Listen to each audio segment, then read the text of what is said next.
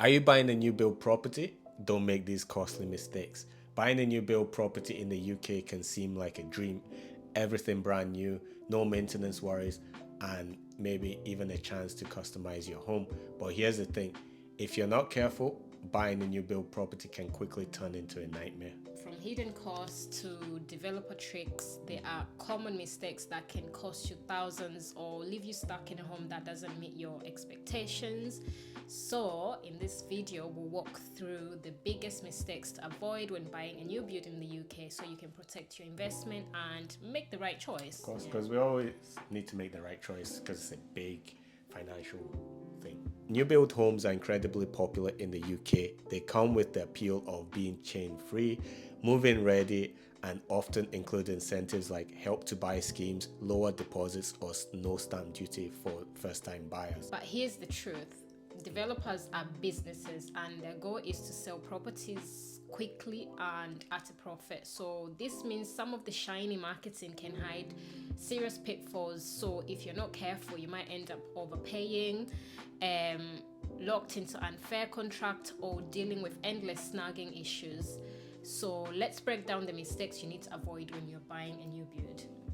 Yes. So the first mistake is falling for the show home trap. Absolutely. So, yeah, we've all been there. The first mistake definitely is falling in love with the show home.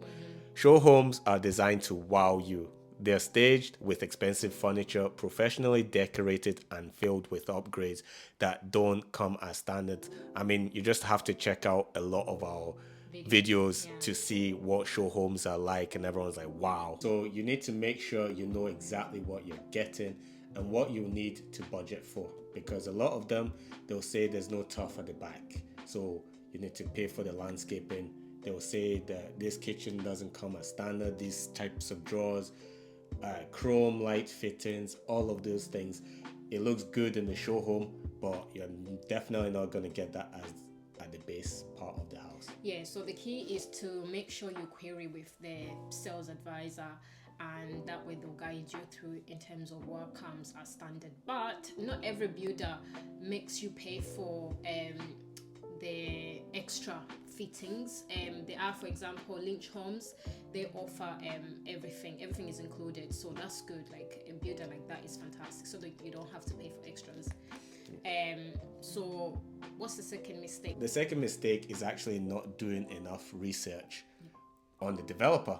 So not all developers are created equal, as Kay said. Some have a great reputation for quality, while others have a track record for delays, poor workmanship, or even legal disputes. Yeah, definitely. So before you commit, research the developer thoroughly, look for online reviews, ask current residents about their experiences, and check if the developer is part of any industry bodies like the NHBC, which is known as the National House Building Council, or other warranty schemes. That's very important. Definitely. So a little research can save you a lot from dealing with dodgy builders and poor customer service down the line.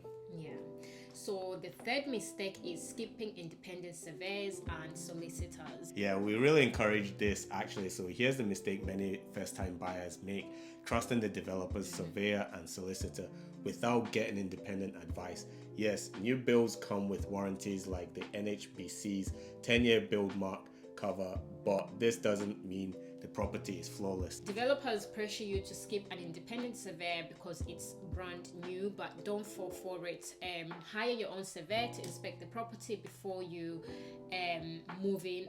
This can review issues like poor workmanship or structural problems, just the same way as you would do if you were buying an older property, to be honest. It's the same thing. Exactly. I mean, it makes sense, and it's basically common sense, which a lot of people skip through trust. So similarly, don't use the builder's recommended solicitor. They might seem convenient, but they could prioritize the developer's interest over yours, because at the end of the day, they're trying to make money as well from the builder. So always hire an independent solicitor to review contracts and protect your rights. Exactly. So number 4. So ignoring the snagging list. So even the best new builds can come with imperfections. That's just why creating a snagging list is so important. A snagging list is a detailed record of all the defects and unfinished work in your property. Unfortunately, many buyers either skip this step or don't do it thoroughly. Don't make the mistake. Hire a professional snagging company to inspect your property and create a list of all issues, from cosmetic problems to major defects. Developers are required to fix these problems before you move in or shortly after, but only if you report them. So make sure to send your snagging list within the required time frame, usually 7 to 14 days after completion. But I'm going to tell you a story. So when we were buying our house, we had some snagging issues and they literally forced us to move in because they promised they would fix those problems. And then once we moved in, they started to deny the issues and made it out like we made those issues or we caused the thing to break down, etc. Yeah, so just keep an eye on that as well. Yeah, definitely. And also, what you need to know is, especially for new builds, they will show you the layout, the plan, everything. Make sure you go through it, even if you don't understand the technicals, etc. Go through it with someone who does, because I went through the plan and the builder was saying that, oh, there was something in the plan that we agreed to, it was part of the contract. But they says, oh no, we don't need to do this, we don't need. So I had to pull up the plan and say, look, this isn't the plan. You need to give me this, otherwise I'm not signing anything and I'm not taking ownership of this house. So they had to basically abide by that. So understand that you and they are bound by a contract. So understand what's in the contract and don't be scared to voice your opinion, because at the end of the day, you're the one paying for this. Yeah, you're getting mortgage, but ultimately you're spending your whole life or a good part of your life paying off this house. So make sure you get what you're paying for. Mistake number 5 is underestimating the total cost. So one of the biggest mistakes is to understand how much your new build will cost you. Beyond the purchase price, there are often hidden costs like stamp duty if applicable, upgrades to make the property more livable, flooring, blinds, appliances, etc. Service charges or management fees, especially in flats or estates with shared spaces. If you're getting a house in an estate, then there will be factor fees because you get landscaping guys come do the grass, cut the hedges, basically anything to make the estate look nice and stay looking nice. So those are important, and you can't forget that you need to pay those. So make sure you understand when you need to pay, how much you need to pay, and everyone in the estate has to pay it. So also make sure you have a realistic budget that includes these extras. Like I just mentioned, a new build might look affordable at first, but the additional costs can really quickly add up. The 6th mistake is ignoring future resale value. This is the mistake most people don't think about, the future resale value of the property. So new builds often come with a premium price tag because they are brand new. But once you've lived there for a few years, it's no longer new and it might not hold its value as well as you would hope. So additionally, if you're buying in a large development or large new development, there may be dozens of similar properties being sold at the same time, which can drive the prices down. Now, this is actually really important because what you tend to find is builders, they'll build in phases. So they'll have phase 1 where they build maybe 10 to 15 or 50 houses, let's just assume. And then they'll go quiet for a couple of months while they get all their planning permission. Then they'll go into phase 2, and then they'll say, okay, in phase 2, we're going to build another 100 houses. So by the end of phase 2, there's now 150 houses in there. And then builders being builders and being businesses, they're like, you know what, we'll go into phase 3 because we sold so many units.